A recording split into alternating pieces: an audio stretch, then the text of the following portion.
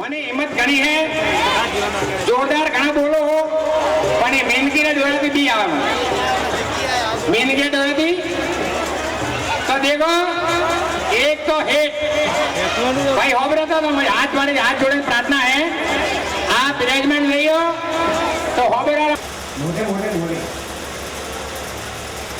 अपने देशी बादाम में भी क्या है बाजू दिया वहां भी क्या हेलो हेलो हाँ हो रहा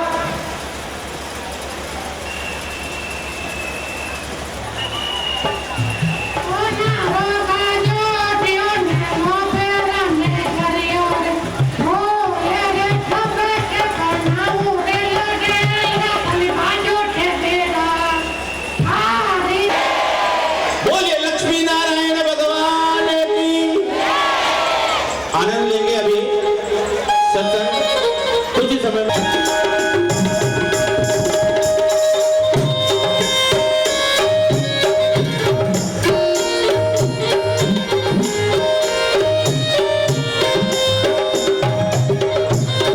आयोजन करता हुआ सभी भक्तों से निवेदन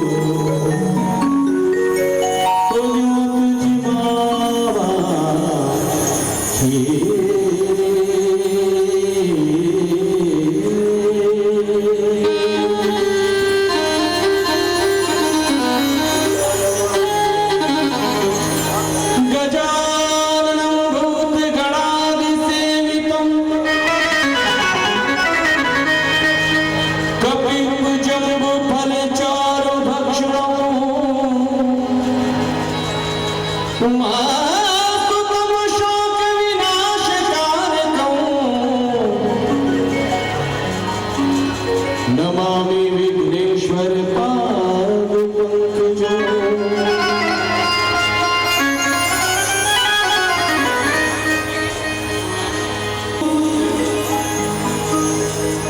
नितन मुख रहे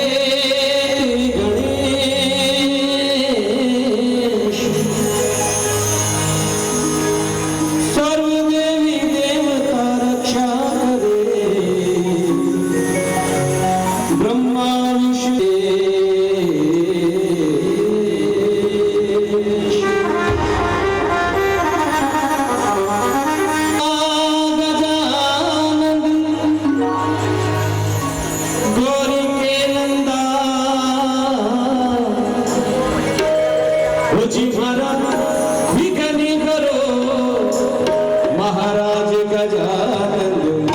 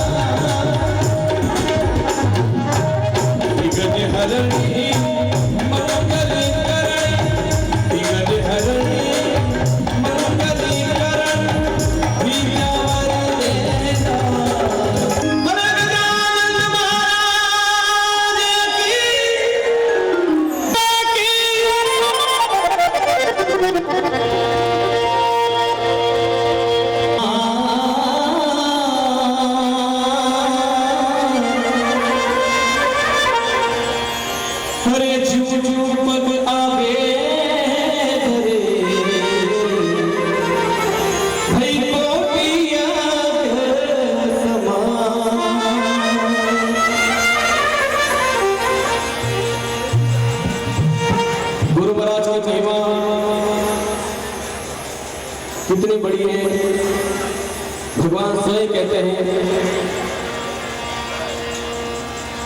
राम कृष्ण से कौन बड़े और वे भी गुरुगम की वे नाथ भी,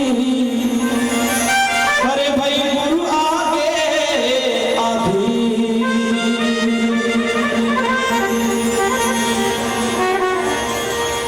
ये तन विष की बेदरे ने गुरु अमृत लिखा,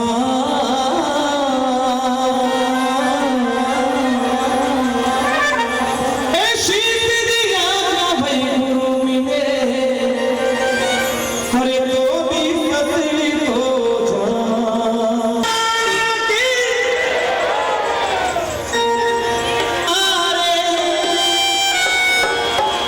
दिन घड़ी दिन भाग मारे,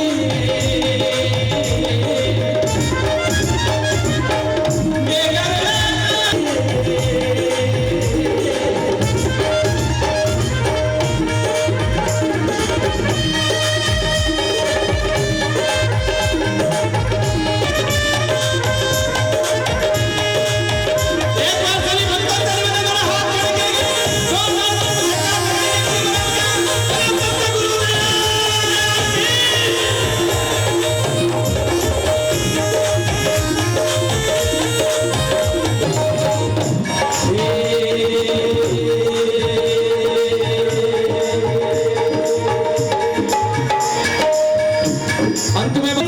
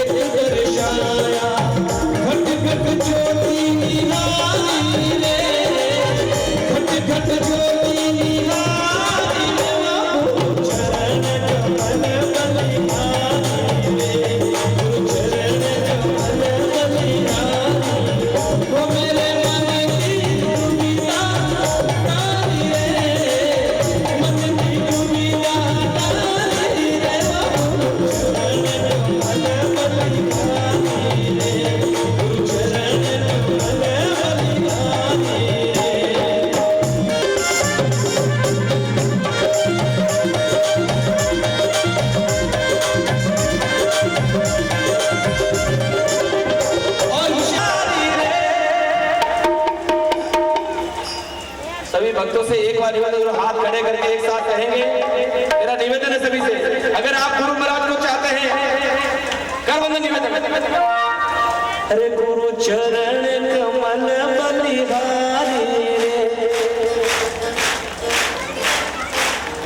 सभी भक्तों की आवाज आनी चाहिए। अगर आप गुरु महाराज को अपना जीवन समर्पित करके चलते हैं। डूबीदा हटारी रे मन की डूबीदा हटारी रे गुरु चरण कमल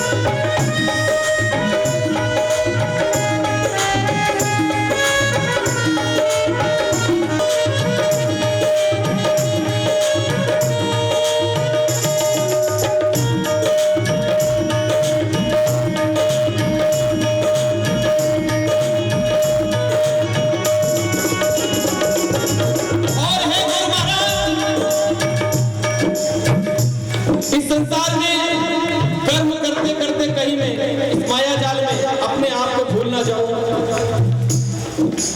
और कहीं सेवा आपके चरणों में कर ना सकूं। मैं आपके लिए शायद वक्त ना निकाल पाऊं, लेकिन ये आपसे एक तरह की आशा है। क्या संभव है झंझटों में मैं तुमको भूल जाऊं, मैं तुमको भूल जाऊं, परिनाथ दया करके, परिनाथ दया करके मुझको न भुला देना। सभी एक साथ मिलकर कहें, गुरुदेव मेरी नैया उस पार लगा देना। दिल को शांत रखना।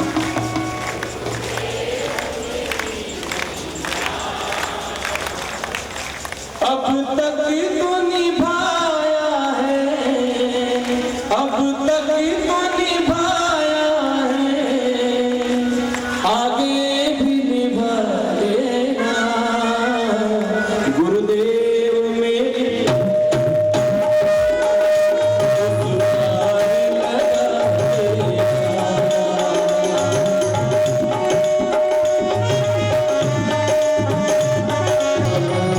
गुरुदेव मेरी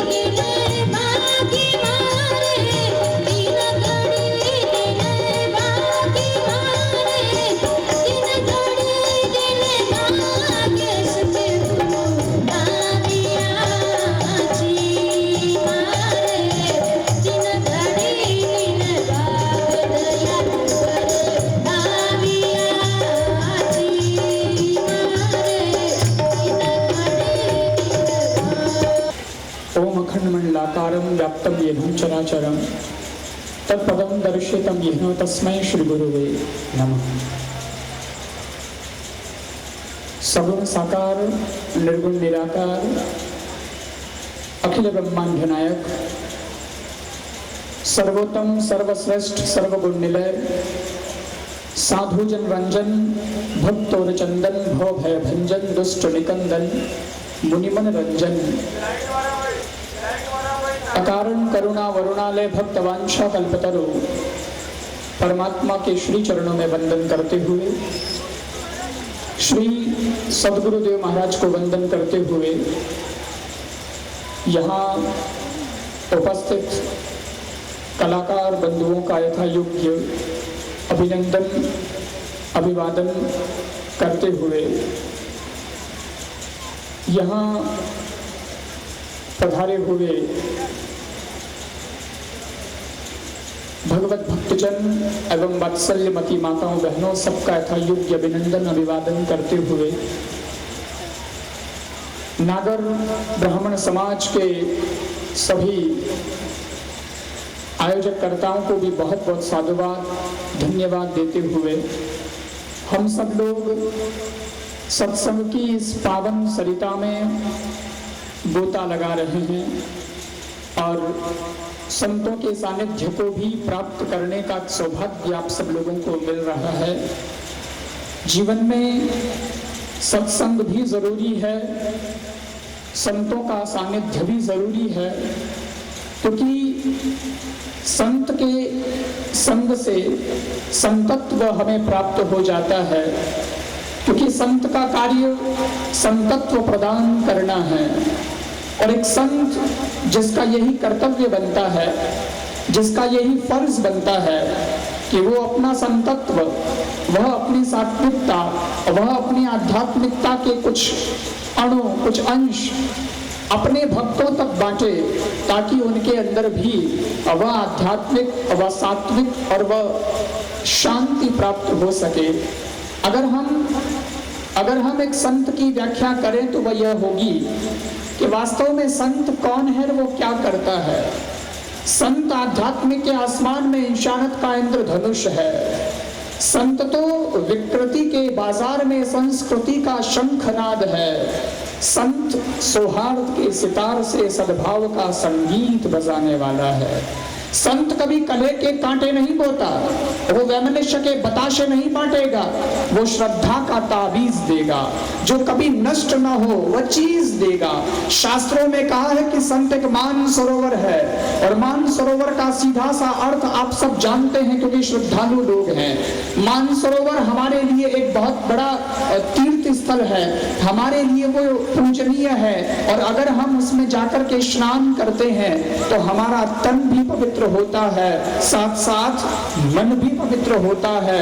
और संत तो एक ऐसा महान मान सरोवर है, संत तो एक ऐसा महान मान सरोवर है कि जिस मान सरोवर के अंदर अगर कंस जैसा अत्याचारी भी डुबकी लगाएगा तो वो कंस भी हंस और परम हंस बनकर के निकल जाएगा। वो संत होता है और वो उसकी सत्संग होती है, जो हमारे जीवन में किंचित परिवर्तन लाती ही लाती है, हमारे जीवन के अंदर कुछ बदलाव लाते ही लाते हैं। संतों का काम ही यही है, वे अपने जीवन को लोगों को इसीलिए समर्पित कर देते हैं कि उनके जीवन से औरों का जीवन भी अच्छा बन सके। संत जो हमारे जीवन की दशा बदलता है, संत जो हमारे जीवन को दिशा देता है, और संत जो दशा बदलता है व्यक्ति के जीवन की, वो ऐसे बदलता है। दशा कई चीजों से बदली जा सकती है। लोग नशा करते हैं तो नशे से भी तो आदमी के जीवन की और शरीर की दशा बदल जाती है। नशा करने के बाद क्या आदमी की दशा बनती है आप सब लोग जानते हैं। हम लोग हमारी आंखों से देखते हैं कि नशा करने वाला आदमी, उसका जीवन और उसका शरीर कैसा हो जाता है। लेकिन उस दशा में और इस दशा में बहुत बड़ा अंतर है। वो जो जीवन की दशा बदलता है, नशा, उससे तो जीवन बिगड़ जाता है, लेकिन संत जो अपने सत्संग से जीवन की दशा बदलता है, उससे बिगड़ा जीवन बन जाया करता है। वो सत्संग हुआ करती है। तो दशा बदल जाती है, दिशा बदल जाती है और ख्यालात बदल जाते हैं। दशा बदल जाती है, दिशा बदल जाती है और ख्यालात बदल जाते हैं। जो आ जाता है एक बार संतों की शरण में, उन लोगों के जीवन के तो अंदाज भी बदल जाया करते हैं, उन लोगों के जीवन के तो अंदाज भी बदल जाया करते हैं। तो संत हमारे जीवन के हर एक अंदाज को बदलने वाला होगा। वैसी सत्संग हम और आप सबको यहाँ प्राप्त हो रही है। हम सब लोग बहुत सौभाग्यशाली हैं। केवल मैं संक्षेप में यही कहना चाहूँगा कि हम हमारे जीवन को ऐसा बनाएं कि जिससे हमारा ये जो जीवन हम जी रहे हैं ये सार्थक हो जाए। आगे आने वाले समय, आगे आने वाला जीवन जो है वो भी हमारे लिए सार्थक साबित हो जाए। और जिस दिन भगवान के घर से मौत का पैगाम आता है उस दिन भी हंसते हंसते इस दुनिया से विदा हो जाए। ये हमारी जिंदगी जीने का एक अंदाज होना चाहिए कि ऐसी जिंदगी जिए कि पूरा जीवन, पूरा समय हमारा सार्थक हो, सफल हो। क्योंकि सज्जनों, आप सब लोग जानो हो, जीवन आदमी रो कद सार्थक वे जब वो आपने इन समय रो मतलब अभी जो उसको मिला है उसको वो सार्थक कर ले। अपन लोग बात करा कि आदमी ने अपनो जीवन बढ़िया बनाना चाहिए। सब लोग कहते हैं, शास्त्र देख लो, संत देख लो, कोई भी भगवान का भक्त, अच्छा ज्ञाता लोग भी आई बात कहवेला कि अपने जीवन में सार्थक बनाओ, जीवन सार्थक बनाता रहे। वहां वो भरोसा नहीं है कि हमारा बुढ़ापा आएगा कि नहीं। हाँ, तो बनाना है वो तो हमको भी पता है। महाराज बार बार क्या कहते हो, वो तो सब जानते हैं, हमको भी पता है। और हमने उसके लिए पहले से सोच भी रखा है कि अभी सब घर का कामकाज कर लो, परिवार का कर लो, दुनियादारी का देख लो, बाद में जब बुढ़ापा आएगा और हम कुछ नहीं करेंगे तब भगवान का भजन ही करेंगे। इस भरोसे में मत रहना कि हमारे जीवन में बुढ़ापा आएगा या नहीं। मैं तो कहूंगा कि कल का सूर्य भी हमारे लिए उदित होगा या नहीं, उसका कोई भरोसा नहीं है। तो हम क्या बात करें बुढ़ापे की, फिर हम क्या आगे की बात को सोच करके ये समझें कि भगवान का भजन कर लेंगे, कि परमात्मा का भजन करके अपने जीवन को सार्थक बना लेंगे। तब नहीं, अभी इस वक्त अब चाहो तो भगवान का भजन कर सकते हो और परमात्मा का नाम लेके इस वर्तमान समय को अच्छा बना सकते हो। कई लोग दुनिया में ऐड़ा है, चुनाव वालों बहुत कम लोग हैं। आज लोगों ने देखा, माने तो अनुभव है, जगह जगह कार्यक्रम में मैं तो देखा, कई लोग आवे बातचीत करे तो कई कहवे, अरे साहब मैं अगर 5 साल पहला वो कर लेता, 5 साल पहले ही अगर ये कर लेते तो आज हमको ये बेनिफिट मिलता। अब साहब बड़ा पछतावा होता है, अबे वो चीज माने हाथों निकल गई, मैं कहीं कर सका। और उन्हीं बात रो रोता रहे वेला, अरे साहब ये कर लेते, अरे साहब ये कर लेते। अरे तो अब तो चला गया, अब उसका रो करके ये टाइम क्यों बर्बाद करते हो? अब जो करना है वो तो करो, पीछे की बात के लिए रोते हो और जो आपके पास अभी समय है उसको भी बेकार कर रहे हो। और कई लोगों के वे अजी 2 साल पचे अपन यूं कर ले, वहां तो 4 साल पचे यूं हो जाए, फिर 6 साल बाद उसका ये बेनिफिट मिलेगा, 10 साल बाद तो मत पूछो क्या कीमत होगी, ये होगा वो होगा फलाना होगा वो। अरे तो तू अब तो नहीं करे तो 10 साल पचे कहीं कर ले। अब सोचो क्या रोना है, न हमें आगे का कुछ चिंता हमें करनी है, हमें तो अभी जो जीवन मिला है उसको सार्थक बना देना है। अभी अच्छा बनाओगे, आगे का जीवन अपने आप अच्छा बनता जाएगा, वो समय आपके लिए अच्छा साबित होता जाएगा। इसलिए वर्तमान को अच्छा बनाओ। कई लोग तो फालतू आगे की बात में लेन लड़ाई चालू कर दे, बेकार कर दे अपनी जिंदगी। एक उदाहरण से मैं आपने बतानी चाहूँ। एक बार एक पति पत्नी नई शादी हुई, ब्याणी नौकरी ही पतिदेवरी शहर में अंदर, कोई दूसरे शहर में पोस्टिंग हो गई ब्याणी, तो वे दोनों पति पत्नी गया दूसरे शहर में और एक सेठ जी रे बैठे मकान किराए लियो। नीचे सेठ जी रहता, ऊपर वे दोनों ही किराए रहता। दोनों में बहुत प्रेम हो, बहुत स्नेह, और इतो स्नेह कि कदई क्या में आपस में कोई लड़ाई झगड़ो भी नहीं होते हो, बहुत शांति से जिंदगी बसर करता। लड़ाई शुरू हो गई। बहुत जोर जोर से आवाज आने लगी। तो सेठ जी सोचियो कि आने तो कभी आवाज आवे ही को नहीं है, तो बहुत शांति से जिंदगी जीवे, लेकिन आज लड़ाई क्यों हो रही है, मैं ऊपर जान देखूं तो सही। सेठ जी गया देखने वास्ते। देखियो तो वे पति पत्नी दोनों आपस में तू मैं कर रही है, लड़ाई चल रही है। आस पड़ोस रे लोग कने आवाज गई लड़ाई री, बहुत ज्यादा आवाज आ रही।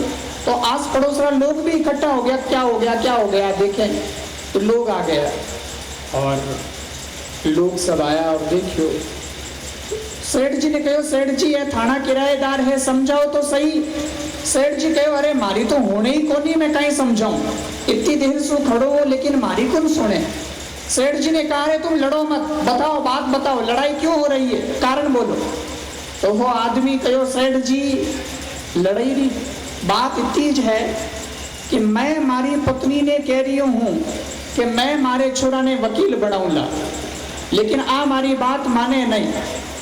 और एकदम से उन्हीं पत्नी बोल गई, सेठ जी मैं मारे छोरा ने वकील नहीं, मैं तो मारे छोरा ने डॉक्टर बनाऊंगा।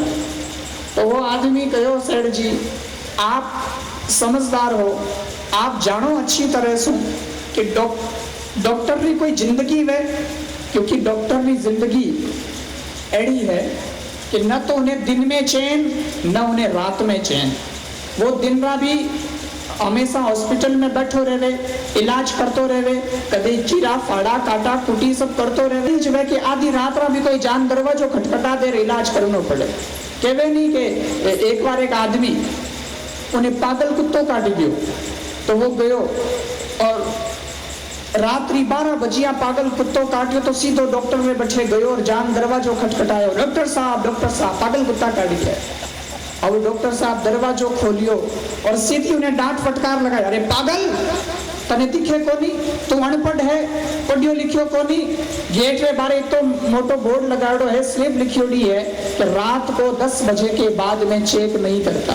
भाई तू अनपढ़ है, पढ़ियो लिखियो नहीं, तने पतो नहीं।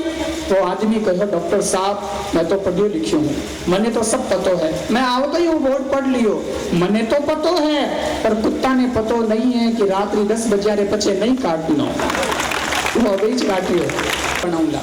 क्योंकि डॉक्टर बनने से फायदा बहुत है। डॉक्टर बनेला मारो बच्चों तो वो नाम भी कमावेला, पैया भी कमावेला, कमाई तो है जे, पैया भी कमावेला, लोगारो इलाज करेला, तो लोगारी दुआ उन्हें मिलेला कि भाई भगवान थारो भलो करे तो मने जिंदगी दे दी। लोग कम से कम आशीर्वाद तो देवेला, दुआ तो मिलेगी, तो लोगों की दुआ मिलेगी, पैसा मिलेगा, नाम मिलेगा, सम्मान मिलेगा। और मैं तो खुद भी बीमार रहूं जब मने ठीक कर देवेला, तो कितना फायदा हो गया। और वकील की कोई जिंदगी है, दिन भर उन्हें झूठ बोलना पड़े, केस दूजारा उन्हें कोई लेनो नहीं देनो नहीं, दूजारी सब चक्कर वक्कर, दूजारा सब केस, दूजारी लड़ाई झगड़ा, झूठ बोलना पड़े उन्हें, तो फालतू रो पाप लागे। इन पीछे तो मारो बच्चों डॉक्टर बनेला तो बढ़िया है।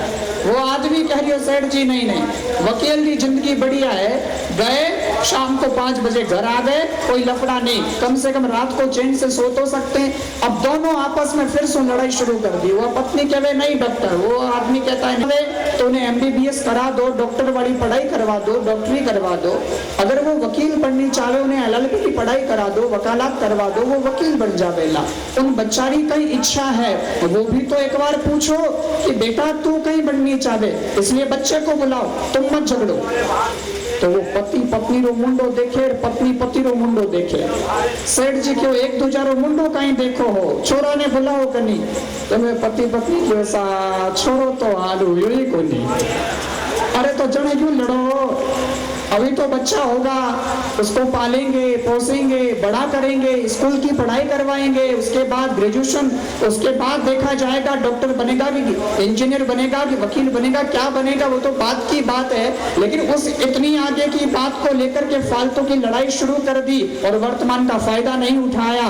यही है आदमी की नासमझी। एक उदाहरण से मैं यही बताना चाहता हूँ कि आज का आदमी भगवान के साथ भी यही करता है कि भगवान का भजन करना है, अरे अरे साहब आगे कर लेंगे, अरे साहब आगे कर लेंगे, आगे अपने को खूब टाइम है, बुढ़ापे में अपने काम क्या है, सब हो जाएगा और अपने को तो भगवान का भजन ही करना है। इस आगे आगे में आदमी इस समय में कुछ नहीं कर पाता है। अरे अभी तो स्वस्थ हो, भगवान का जितना भजन कर सकते हो उतना कर सकते हो, लेकिन बुढ़ापे में नाम लेनी चाहोला नहीं आप भगवान को तो भी ले नहीं सकोला। ऐडी स्तुति और परिस्थिति आदमी नहीं बन जाया करे। तो ये समय है, समय निकल गया तो जीने का ढंग आया, और जब शम्मा बुझ गई तो महफिल में रंग आया। मन की मशीनरी ने ठीक चलना सीखा तो बूढ़े तन के हरेक पुर्जे में जंग आया। गाड़ी चली गई घर से चला मुसाफिर, मायूस हाथ मलता बेरंग वापस आया। फुर्सत के वक्त में न सुमिरन का वक्त मांगा, उस वक्त मांगा जब वक्त भी तंग आया। आयु ने 88 हथियार फेंक डाले तो यमराज फौज लेकर करने को जंग आया। यमराज फौज लेकर करने को जंग आया।